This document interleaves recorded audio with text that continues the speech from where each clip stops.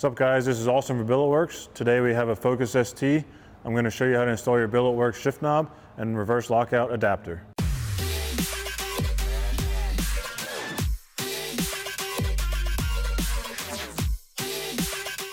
Now that we're inside the car, I'm going to show you how to install any of our shift knob shapes with our reverse lockout adapter. The lockout adapter makes it nice because it allows any of our shapes to function with the OEM lockout.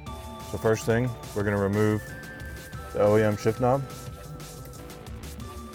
Then we'll thread on our reverse lockout adapter with the side with the counter bore facing down.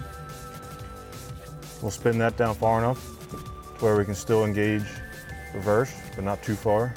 Yep, so now that that's in place, making sure that reverse is still engageable, we'll thread our sphere shape on, and this will lock up right against our lockout adapter. You can tighten those two together and you're good to go. So as you can see, that was a very easy install. Our reverse lockout adapter is a very popular option for people wanting to use any of our shapes, in this case a sphere shape, to function properly with the OEM reverse lockout. So head over to our website to customize your shape, color, and engraving.